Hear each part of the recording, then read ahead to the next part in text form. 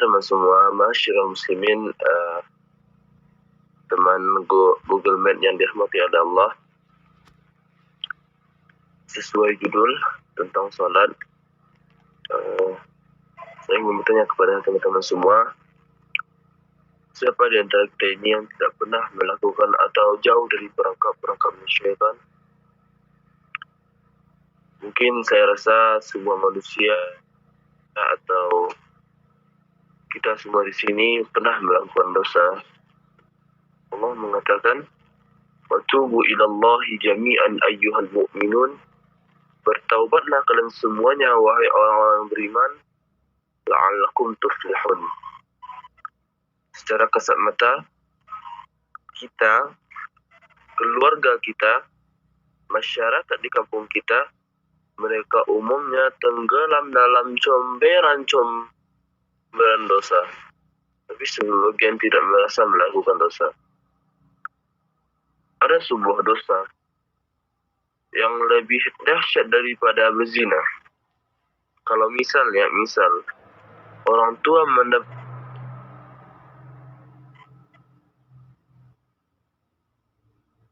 Allah, ini bukan ngerang lagi ya.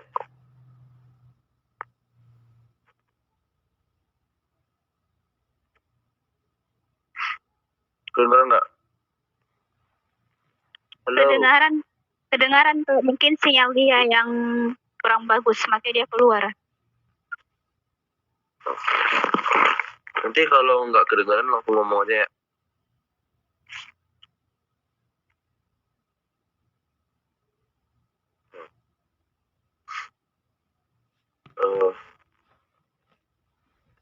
Allah mengatakan, "Watubu ilallahi jami'an ayyuhal mu'minun."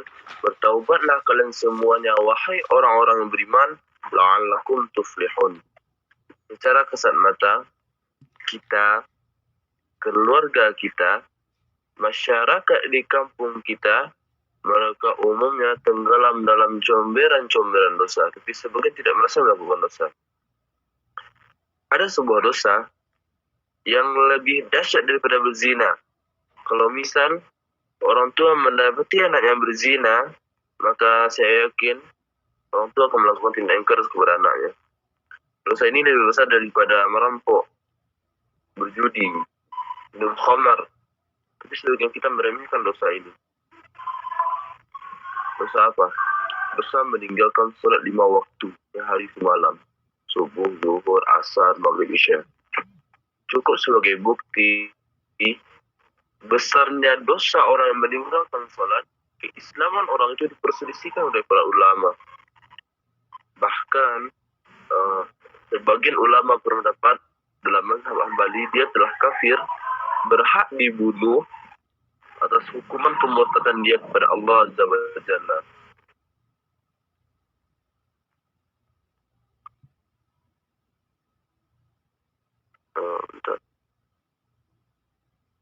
Kalau misal Muslim yang merampok mungkin, Muslim yang minum khamar mungkin, Muslim yang berzina mungkin, tapi Muslim yang tidak sholat, keislaman orang itu diperselisihkan oleh para ulama seperti itu. Sudah.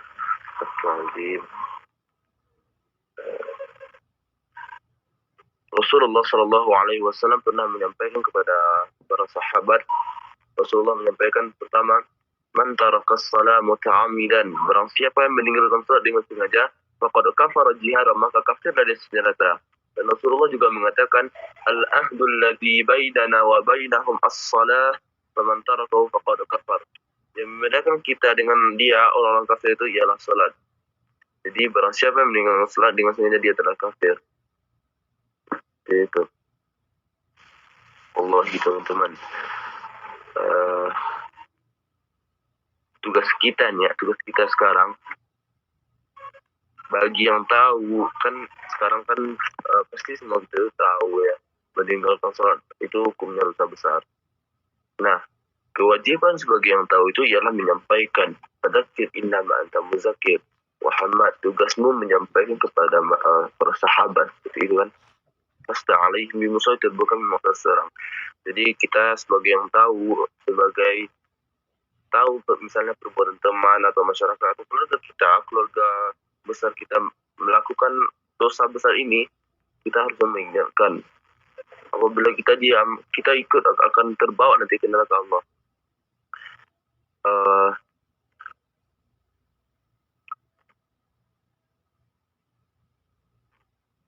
Bentar.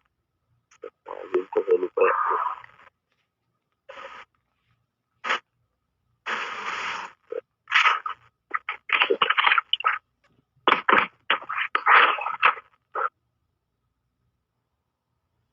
Mengingatkan kepada keluarga kita, tadi ya, keluarga kita, masyarakat kita, atau teman-teman, atau sekitaran kita. Bagi yang tahu, kita harus mengingatkan. Allah mengatakan, wa'mur ahlaka bis-salati wastabir 'alaiha. Wahai Muhammad, suruh keluargamu salat, istrimu, anakmu, keluargamu, semua orang sekitarmu, suruh mereka salat, dan sabarlah ketika mendidiknya. Innallaha ma'as-sabirin. Dan Allah mencintai orang-orang yang sabar. Penduduk neraka ketika itu ditanyakan, masalah takum fi saqar. Apa yang menyebabkan kalian masuk ke dalam neraka saqar? Lalu penduduk neraka menjawab, qalu, mereka berkata, lam naku minal musallin. Dahulu kami tidak mengerjakan salat. Jadi neraka saqar itu tempat-tempat orang yang tidak salat. Yang meninggalkan salat.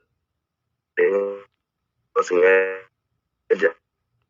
syukur salat wajib ya.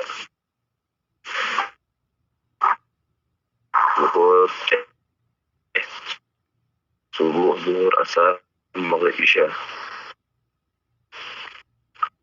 Rasulullah sallallahu alaihi wasallam enggak.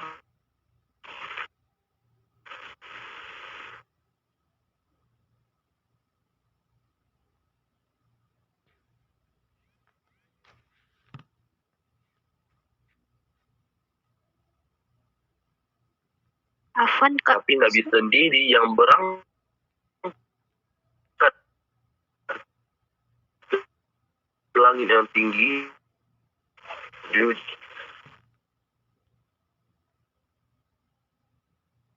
Kak, suaranya putus-putus.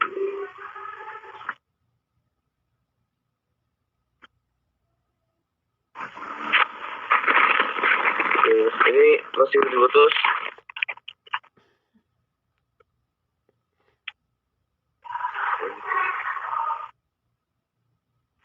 Halo.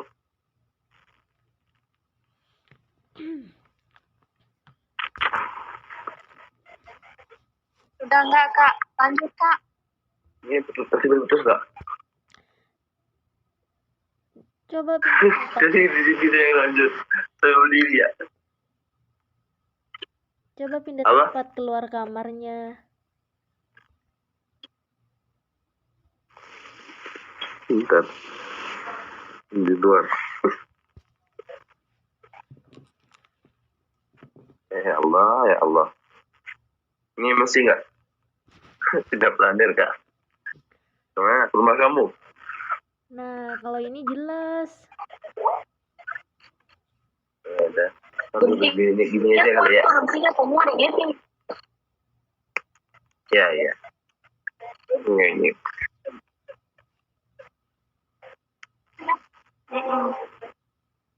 Gini aja nggak apa-apa. Iya Kak, jelas Kak, jelas. Halo. Halo Kak. Jelas.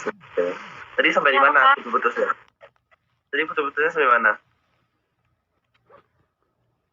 Dari mana putus-putusnya? Tadi cuma kedengaran sampai yang neraka sakal untuk orang-orang yang meninggalkan sholat. Selebihnya putus-putus, jadi cuma aku dengar di situnya aja Kak. Sampai mana? Neraka sakor yang untuk orang yang tidak mengerjakan sholat. Oh iya, oke. Penduduk neraka waktu itu ditanyakan kepada, ketika itu Allah menanyakan kepada penduduk neraka, ma salakakum fi saqar? Apa yang menyebabkan kalian masuk ke dalam neraka saqar? Lalu penduduk neraka menjawab, qalu, mereka berkata, lam naku minal musallin. dahulu kami tidak termasuk orang yang mendirikan sholat. Lihat ya seperti ini. Sholat adalah rukun Islam yang kedua. Tiangnya agama diwajibkan kepada manusia, tidak melalui Jibril lalu disampaikan kepada Nabi Muhammad sallallahu alaihi wasallam lah. Tapi Nabi sendiri yang berangkat ke langit yang tinggi lalu mendapatkan perintah, langsung mendapatkan perintah dari Allah Azza wa Jalla. Lalu sebelum kita meremehkan dosa yang 5 waktu ini, merasa menjadi udah gimana? Betul-betul lagi? Iya, ya Allah, putus lagi dah. Enggak kok Kak, enggak putus-putus, jelas. Kira putus. Lalu kebanyakan sebagian kita meremehkan dosa yang 5 waktu ini. Merasa udah menjadi diri yang baik karena tidak mencuri, tidak minum khamar, tidak mabuk-mabuk atau merampok, tapi tidak sholat. Istrinya enggak sholat, misal. Suaminya enggak sholat, kalau bagi kalian. Abangnya, adiknya, keluarganya enggak sholat, dia biarkan semua itu. Kayak gini ya. Allah membuka pintu taubat lebar-lebar kepada kita semua. Dan kalau seperti ini, sampai kapan kita mau melakukan kemaksiatan ini? Melihat kemungkaran ini terjadi, kita biarkan keluarga kita atau masyarakat kita nggak sholat, kayak padahal dia tahu, tapi kita cuma diam, nggak mengingatkan gitu. Sampai kapan kita melihat kemungkaran ini terjadi gitu kan? Allah membuka pintu taubat lebar kepada kita semua. Sebagaimana ayat bukan yang saya baca tadi, walaysat at-taubatu lil ladzina ya'maluna as-sayyi'at hatta idza hadara ahadahumul maut qala inni tubtu al-an. Taubat itu tidak diberikan kepada pelaku-pelaku maksiat yang menunggu datangnya ajal. Ketika ajal datang ke mereka, lalu mereka berkata, ini tubtu al-an, sekarang kami taubat ya Allah. Enggak ada. Kalau udah seperti itu, pintu taubat nggak ada lagi dan amal akan dihentikan.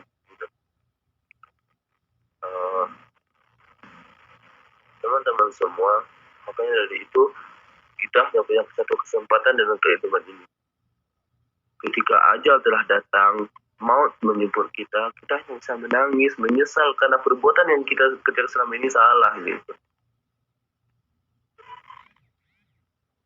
Oh ya, siap. Hati-hati ya. Ya udah, Allah lupa kita ngapain dulu. Ketika ajal telah datang, kita hanya bisa menyesal, menangis karena perbuatan selama ini yang kita kerjakan itu salah. Teman-teman semua yang dirahmati oleh Allah, Rasulullah Sallallahu Alaihi Wasallam ya, yang udah dijamin masuk surga, sholat beliau itu berapa kali dalam sehari? Gini ya, yang wajib aja 17 rakaat, lalu ditambah 11 rakaat saat tahajud beliau dan 12 rakaat sholat rawatib beliau. Jadi 40 rakaat sehari semalam, itu yang pasti Rasulullah kerjain terus. 40 rakaat, sampai di hadis itu disampaikan bahwasanya kaki Rasulullah itu menjadi bengkak gitu. Terus kita meremehkan dosa ini, gitu kan aneh sebenarnya nggak sih? Rasulullah yang udah dijamin surganya nih ya, masih mulai sampai bengkak kakinya. Apalagi kita yang nggak ada jaminan setiap hari itu lepas dari dosa seperti itu. Atau kayak gini ya, apalagi kita yang misalnya udah sholat atau udah sholat semuanya ya, sehari semalam, pelajari sholat kalian. Apakah sholat kalian udah benar atau belum? Sebab yang takutnya seperti ini. Rasulullah SAW pernah menyampaikan kepada sahabat atau sebuah sindiran ya. Rasulullah menyampaikan seperti ini. Inna rajula la yusolli sholata sittina sana. Ada orang sholat selama 60 tahun, ulam tuqbal lahu sholat, tapi satu pun sholat tidak diterima oleh Allah. Siapakah mereka? Yutimmu ruku'ahu wa yutimmu sujudahu. Yutimmu sujudahu wa la yutimmu ruku'ahu. Salat mereka salah-salan. Rukuknya sempurna, sujud yang enggak sempurna, sujud yang enggak sempurna, rukuk yang enggak sempurna. Seperti itu. Lalu Kalau misal ada yang berkata seperti ini, yang penting kami sholat. Enggak. Kita nggak boleh mikir seperti itu. Yang penting kami sholat, yang penting kami sholat. Enggak bisa seperti itu. Kita harus memahami sholat itu. Sebab Allah mengatakan juga di surah Al-Ma'un, fawailul lil musallin, celaka orang yang sholat. Apalagi yang tidak sholat seperti itu kan. Siapakah yang celaka itu? Alladzina hum yura'un, yaitu orang yang dia terhadap sholatnya. Orang yang dia terhadap sholatnya. Orang yang tidak peduli dengan waktu sholatnya. Tidak peduli dengan rukun dan syarat sholatnya. Seperti itu. Jadi, kalau kita udah sholat, perbaikilah sholat. Kecuali kalau misal orang yang baru, kayak gimana ya. Ini kan sebenarnya reminder ya. Kayak buat orang-orang yang berhijrah, jangan sekedar hanya sholat gitu kan. Tapi pahami apa harus membaca. Gitu kan. Supaya sholat itu lebih mendalami, supaya ada perubahan dalam diri kita gitu kan. Kan masih ada zaman sekarang orang itu sholat tapi kelakuannya seperti yang orang nggak sholat gitu kan. Karena Allah sampaikan dalam Al-Quran, inna sholata tanha 'anil fahsya wal munkar. Sholat yang benar akan menjauhi kalian dari perbuatan mungkar gitu, keji dan mungkar. Nah, jadi jangan hanya sholat, tapi perbaiki sholat apa yang kita baca itu mengerti. Nah, satu lagi Allah juga menyampaikan hafizu 'alas shalawati was salatil wusta wa qumu lillahi qanitin.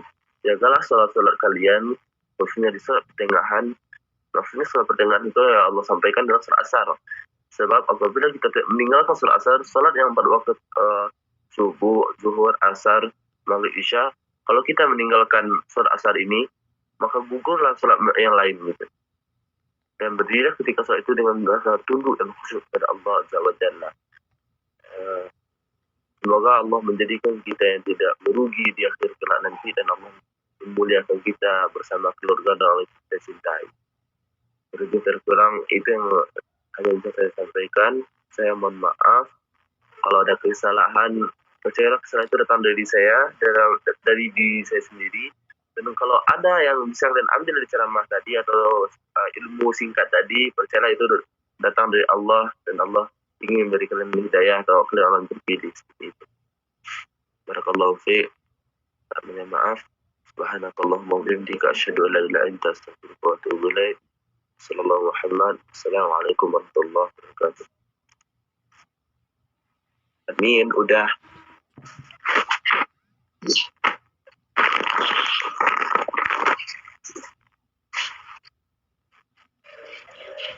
Tuh. Bentar, di sini ajan. Di sini ajan. Oh, azan. Cepat amat azan sana.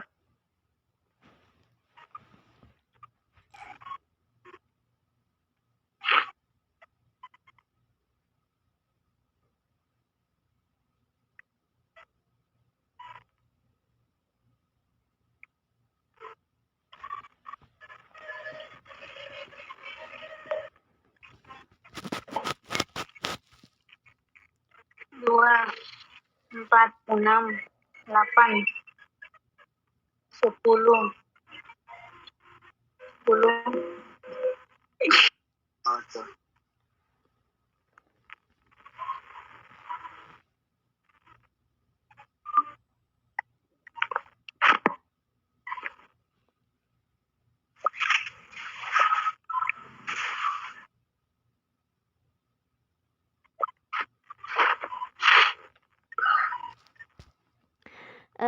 Masya Allah, tabarakallah, itu tadi pemaparan materi dari Kak Yusron. Mungkin teman-teman ada yang ingin bertanya, teman-teman bisa bertanya di Apa? Nggak jelas, Kak? Sekarang udah jelas, gantian tadi ngomongnya. Dendam Iya, saya. mungkin teman-teman ada yang ingin bertanya, silahkan bertanya melalui voice untuk 3 penanya saja, sisanya bisa di kolom chat. Andriana. Assalamualaikum warahmatullahi wabarakatuh. Iya, silahkan. Assalamualaikum warahmatullahi wabarakatuh. Izin bertanya, Kak. Waalaikumsalam. Ya. Misalnya gini, kita kan Islam itu nggak merumitkan kita untuk sholat. Ketika kita lagi ujur sakit, kita bisa dengan cara duduk atau berbaring gitu kan. Terus misalnya gimana nih, ketika kita lagi sakit, sakitnya dia nggak terlalu parah gitu, cuma yang kayak kakinya aja sakit. Tapi untuk ruku itu, untuk ruku itu dia nggak bisa sempurna. Kalau ruku itu kan dia harus yang kayak sejajar gitu kan. Cuma karena kaki sakit, jadi dia nggak bisa untuk mensempurnakan rukunya itu. Jadi gimana? Lebih baik sholat sempurna berdiri atau duduk, Kak? Syukron. Assalamualaikum warahmatullahi wabarakatuh.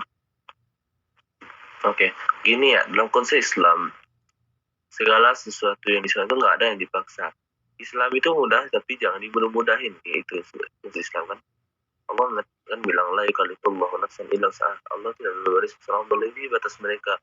Kalau misal mereka memang nggak bisa awal-awal itu ruku dengan sempurna, tapi dia selalu berusaha, malah nilai berusaha itu lebih besar daripada seseorang udah bagus nilai sholatnya gitu. Nah, sholat itu udah betul lebih besar nilai sholatnya daripada orang yang telah sholat gitu. Jadi kalau misal dalam keterangan mereka itu memang nggak bisa ya, kayak maksudnya belum bisa seperti yang itu dia ada keinginan menyempurnakan gitu kan, nggak apa-apa, nggak masalah. Tapi dalam keterangan, dalam niat harus ada keinginan selalu berubah gitu, meningkatkan iman dan takwa atau ikhtiar dan tawakal gitu. Baik. Syukron, Kak. Phone. Ini yang di kolom komentar saya yang baca apa admin nih? Biar admin, Kak, biar admin. Untuk Andriana silahkan yang bertanya. Bismillah. Assalamualaikum warahmatullahi wabarakatuh. Waalaikumsalam warahmatullahi wabarakatuh. Ini suaranya gimana? Melawan ya puasanya? Izin bertanya, Kak. Bagaimana caranya memperbaiki salat 5 waktu supaya tidak lalai? Pak, syukron. Oke, apaan?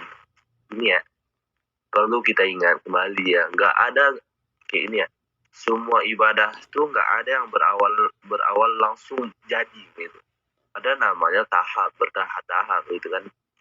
Semua ibadah pastilah dilakukan karena terpaksa. Awal terpaksa, pasti semua ibadah itu dilakukan terpaksa. Pasti. Contohnya sholat ya. Bisa kita ambil contoh sholat. Sholat pasti dia karena terpaksa awal-awal. Tapi ketika kita sudah terpaksa, kita memaksakan diri untuk sholat, lama-kelamaan akan tumbuh terbiasa. Dan kalau kita sudah terbiasa dengan sholat, tumbuh rasa cinta. Apabila kita sudah cinta terhadap sholat, jangan ketinggalkan sholat. Telat dengan waktu sholat awal waktu, mungkin kita sedih. Gitu. Jadi kalau kita ingin cinta dengan suatu hal, paksakan dan biasakan diri kamu dengan hal itu. Dan Rasulullah bilang gitu, siapa yang terbiasa dengan satu hal, maka dia akan jadi ahlinya, dan dia akan mencintai hal tersebut.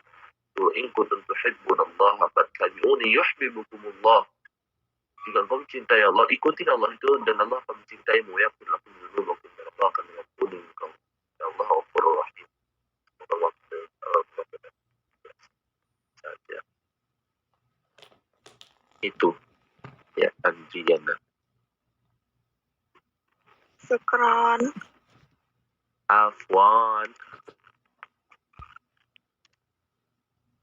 Nah, admin. Iya, Kak, bentar. Bentar,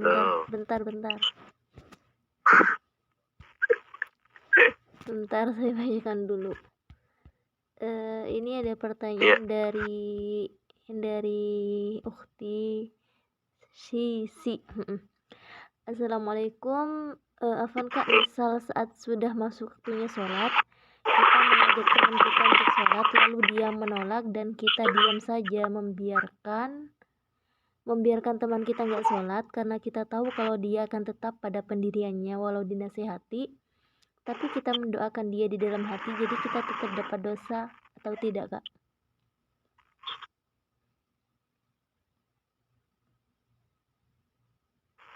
Ini yang apa nggak bisa saat sudah masuk waktu sholat, kita melihat teman kita, lalu dia menolak dan nggak sholat karena kita adalah takut kalau dia akan tetap. Tapi kita mendoakan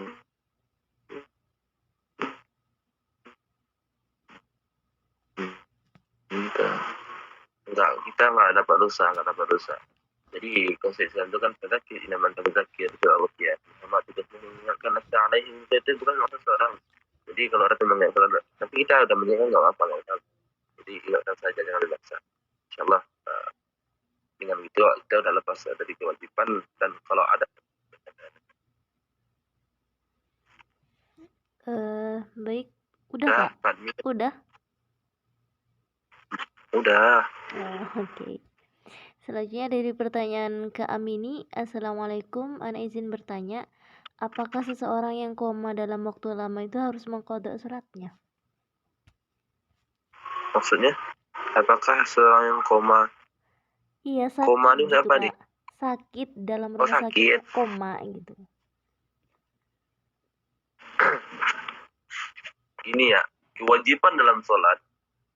Lihat kewajiban sholat ini ya. Orang sakit masih wajib untuk sholat. Itu kewajiban sholat. Jadi nggak ada ketentuan kalau misal kita sakit, kita nggak sholat. Nggak ada seperti itu.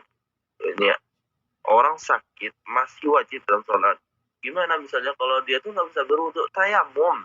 Dia nggak bisa tayamum misalnya, ditayamumin. Gimana dia tayamum? Tubuhnya penuh dengan najis, bersih kan, kayak gitu. So ada orang-orang zaman sekarang sakit, sepekan 2 pekan masuk rumah sakit nggak sholat, keluarganya nggak mempedulikan sholatnya, istri anaknya nggak pedulikan sholatnya, gitu. Juga ada saya pernah dengar dia sholat itu kalau udah sembuh, kalau dia keluar dari rumah sakit baru dia sholat gitu. Apa yang menjamin orang itu keluar dari rumah sakit itu sehat gitu kan? Berapa banyak orang ditemukan ya, yang ditemukan ketika keluar rumah sakit itu, yang ditemukan itu mati bangkai seperti itu kan. Bila menurut mazhab Hambali yang saya sampaikan tadi itu, nggak perlu disolatkan seperti itu, nggak perlu disolatkan. Hidup nggak mau sholat, masa kita harus disolatkan? Itu menurut mazhab Hambali. Dan fatwa itu kan jangan dikuburkan di tempat orang-orang Islam, bikin jurang lalu lemparkan ke sana. Seperti itu hukum sholat. Jadi nggak ada ketentuan kalau kita sakit misalnya harus meninggal sholat, nggak ada gitu kan. Kecuali kalau misal kita pingsan ya, emang dalam kita tuh nggak sadar diri, nggak baru. Tapi kalau misalnya sakit sedikit nggak masalah gitu. Sholat kita lo sholat. Kalau bisa berdiri duduk, bisa duduk tidur, nggak usah tidur, sholat mata aja gitu. Sholat mata ya, kalau bisa sholat mata lagi hati bergerak. Kalau nggak bisa juga hati sholat kan lagi.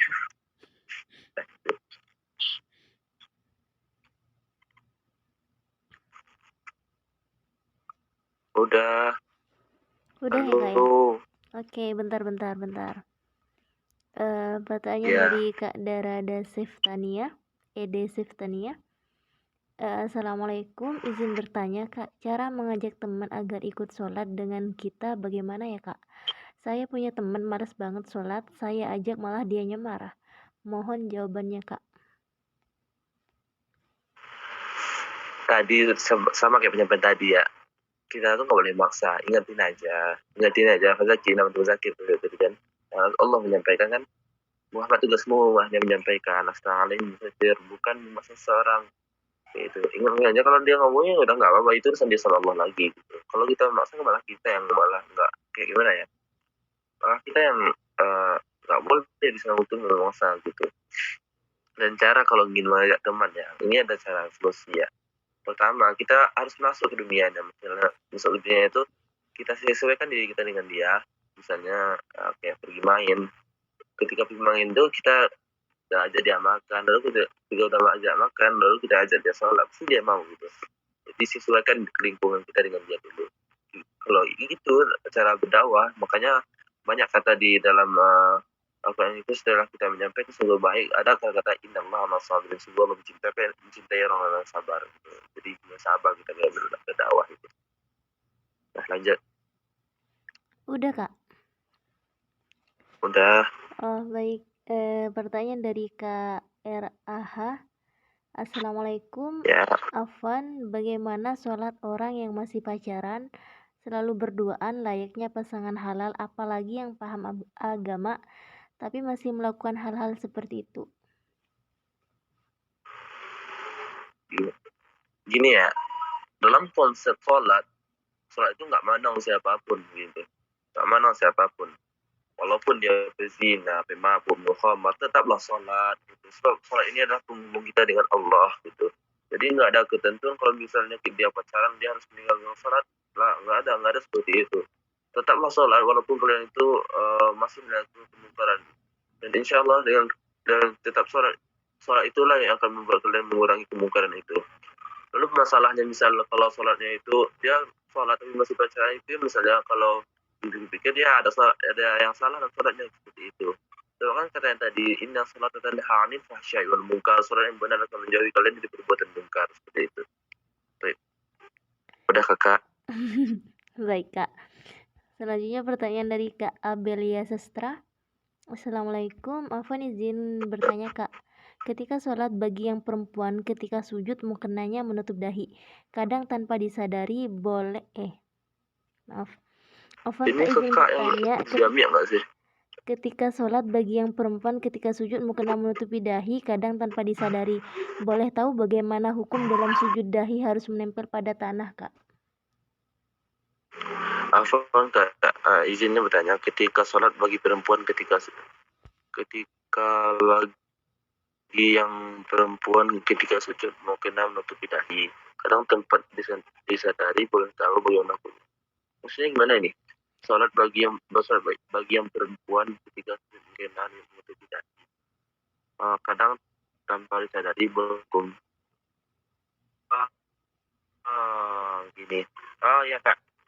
Gini ya kak. Pertama kak harus ingat, Allah mengampuni 4 dosa. Dalam kitab Ta'lim Allah karangan Syekh Ahmad Zuhair, Allah mengampuni langsung ya, Allah mengampuni 4 dosa. Pertama, seseorang melakukan kesalahan dengan tidak sengaja.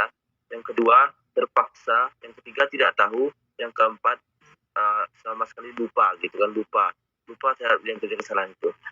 Dan masalah kalau tertutupnya dahi, kalau misalnya dalam keadaan kakak memang kayak gimana ya, lupa atau nggak sadar, nggak masalah gitu. Tapi kalau misalnya nggak sadar ya kak, sedang sholat itu kak tutup kan, sebab 7 anggota sujud itu harus wajib kena semua. Pertama, dahi. Yang kedua, kedua sama tiga itu telapak tangan sama kiri kanan. Terus yang ke 4, 5 itu apa namanya, dengkul kasih namanya ya, dengkul, 2 dengkul. Yang ke 6, 7 kaki kiri kanan gitu. Itu wajib kena. Kalau dan ada satu lagi ya, ini khilafiyah antara para ulama ya. Ada yang membolehkan dan tidak. Kalau misalnya tertutup mukena, ini itu ada yang tidak membolehkan, ada sama sekali tidak membolehkan. Dan satu lagi ada yang membolehkan, sebab kayak ini ya.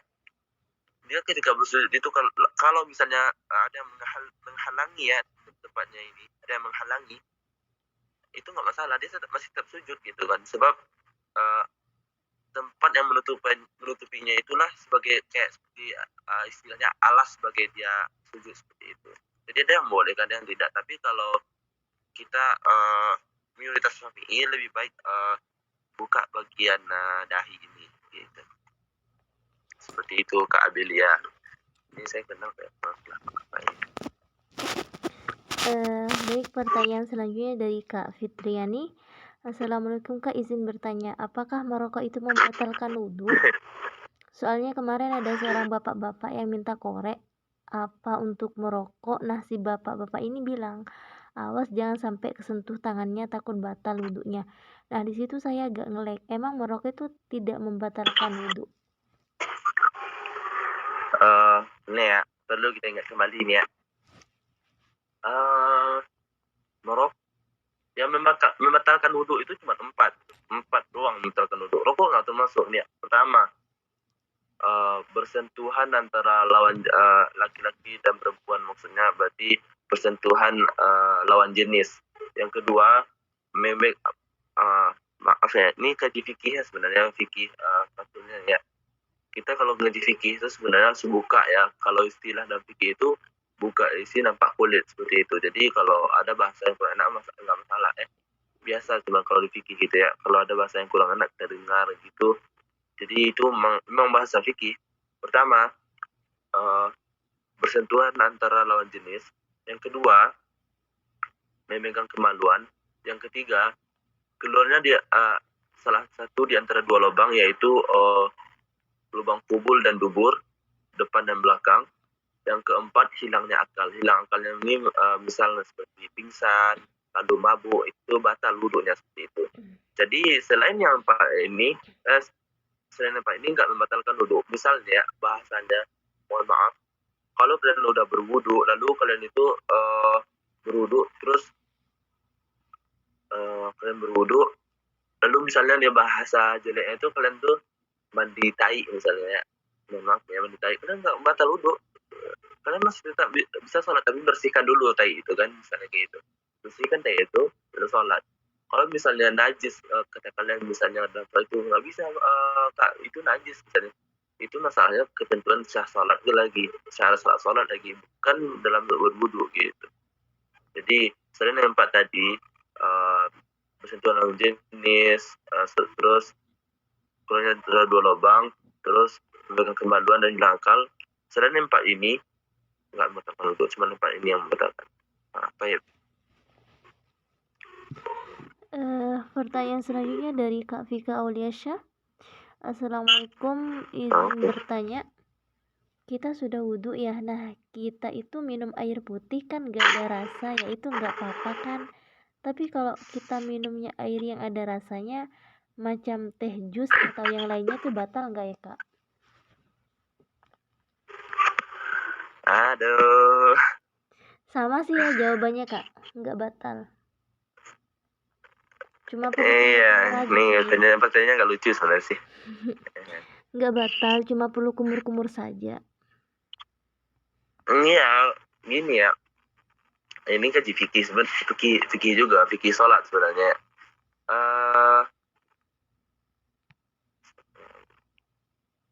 Minum itu nggak batalkan wudhu. Kayak gini ya. Misalnya malah kayak misalnya minum minuman yang misalnya berasa ya. Terus sholat itu kerasa gitu kan. Kayak ada yang nyangkut di gigi misalnya, kayak gigi misalnya nyangkut ya sih kalau minum.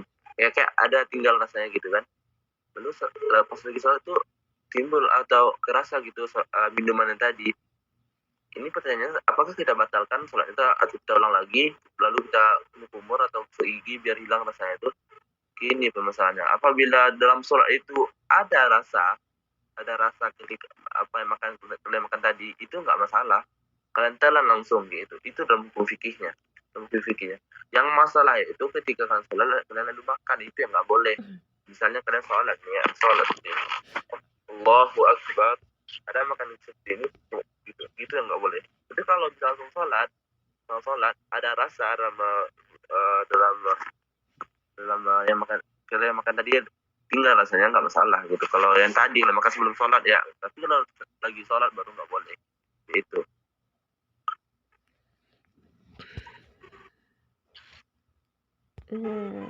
Bentar. Dah. Ini iya, ini nggak ada yang mau bertanya lagi. Bila kau butuh telinga tuh mendengar. Ini nggak ada yang mau bertanya lagi. Kalau nggak ada, saya lanjutkan. Apa lanjutkan? Saya lanjutkan kajiannya, Kak. Lanjutkanlah. Baik, jika nggak ada yang ingin bertanya lagi, alhamdulillah, masya Allah, tabarakallah. Pertanyaan sudah terjawab semuanya, dan mari kita lanjut ke acara berikutnya.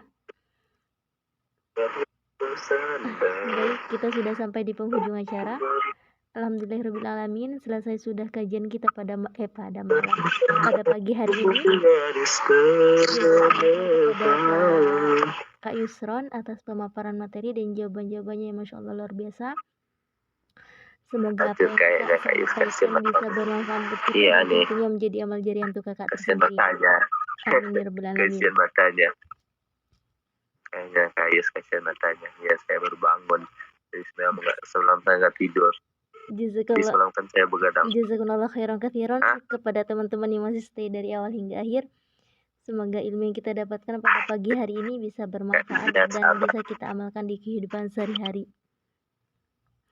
Alhamdulillah, terima kasih teman-teman semuanya. Baik, kita lanjut. Mari kita tutup kajian pada pagi hari ini. Dan alangkah baiknya untuk Kak Yusron yang memimpin doa. Tafadhol, Kak. Harus saya gitu. Iya iyalah, Kak. Kan udah kayak biasanya. Asik. Asik. Biasanya nggak ada. Oh, Ade. makasih. Mas.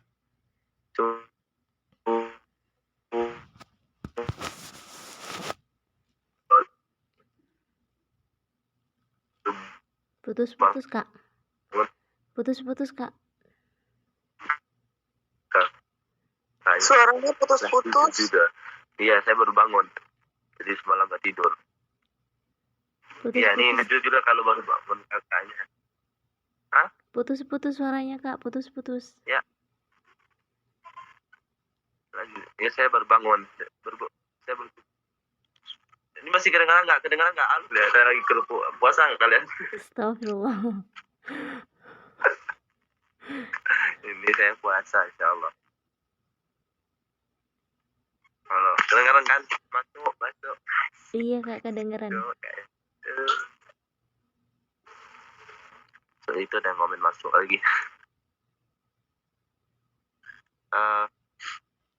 Ya tadi baru tidur pun dari jam 8:30 baru tidur. Jadi malam saya enak banget itu.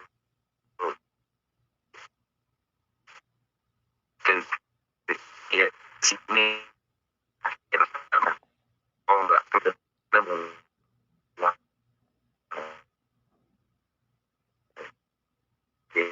Apaan suaranya putus-putus?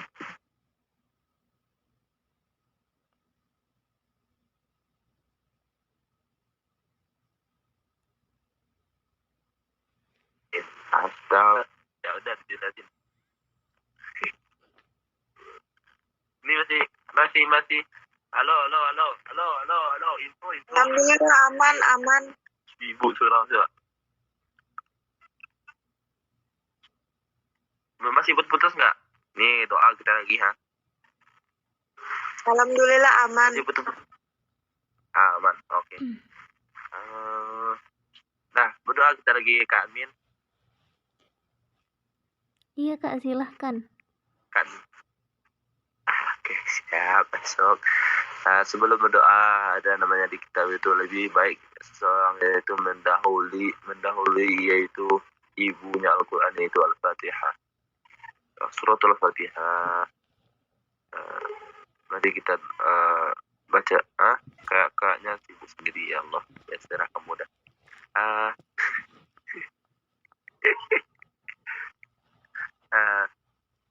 Sebelum berdoa mari kita Fatihah mulai. A'udzubillahi minasyaitonirrajim. Bismillahirrahmanirrahim. Alhamdulillahirabbil alamin arrahmanir rahim maliki yaumiddin. Iyyaka na'budu wa iyyaka nasta'in. Ihdinas siratal mustaqim. Siratal ladzina an'amta 'alaihim ghairil maghdubi 'alaihim waladdallin. A'udzubillahi minasyaitonirrajim. Bismillahirrahmanirrahim. Alhamdulillahirabbil alamin hamdasy syakirin hamdan na'imin hamdan yuwafi ni'amahu wa yukafi'u mazidah. Ya Rabbana lakal hamdu kama yanbaghi jalali wajhikal karim wa 'azimi sultanik. Allahumma shalli ala Muhammad wa ala ali Muhammad kama shallaita ala Ibrahim wa ala ali Ibrahim wa barik ala Muhammad wa ala ali Muhammad kama barakta ala Ibrahim wa ala ali Ibrahim fil alamin innaka Hamidum Majid. Allahumma inna nas'aluka salamatan fid din wa 'afiyatan fil jasad wa ziyadatan fil 'ilmi wa barakatan fil rizqi wa tawbatan qabla al-maut wa rahmatan inda al-maut wa maghfiratan ba'da al-maut. Allahumma hawwin 'alaina fi sakaratil maut wa najatan minan nari wal afwa inda al-hisab. Allahumma ighfir lil muslimina wal muslimat wal mu'minina wal mu'minat al ahya'i minhum wal amwat إنك سميع قريب مجيب دعوات ويا قاضي الحاجات. اللهم أرنا الحق حقا وارزقنا اتباعه وأرنا الباطل باطلا وارزقنا اجتنابه. اللهم إنك عفو كريم تحب العفو فاعف عنا. اللهم إنك عفو كريم تحب العفو فاعف عنا. اللهم إنك عفو كريم تحب العفو فاعف عنا. اللهم سلمنا رمضان. اللهم سلمنا رمضان. اللهم سلمنا رمضان. ربنا آتنا من لدنك رحمة وهيئ لنا من أمرنا رشدا. ربنا ظلمنا أنفسنا وإن لم تغفر لنا وترحمنا لنكونن من الخاسرين. ربنا آتنا في الدنيا حسنة وفي الآخرة حسنة وقنا عذاب النار. سبحان ربك رب العزة عما يصفون وسلام على المرسلين والحمد لله رب العالمين. الفاتحة.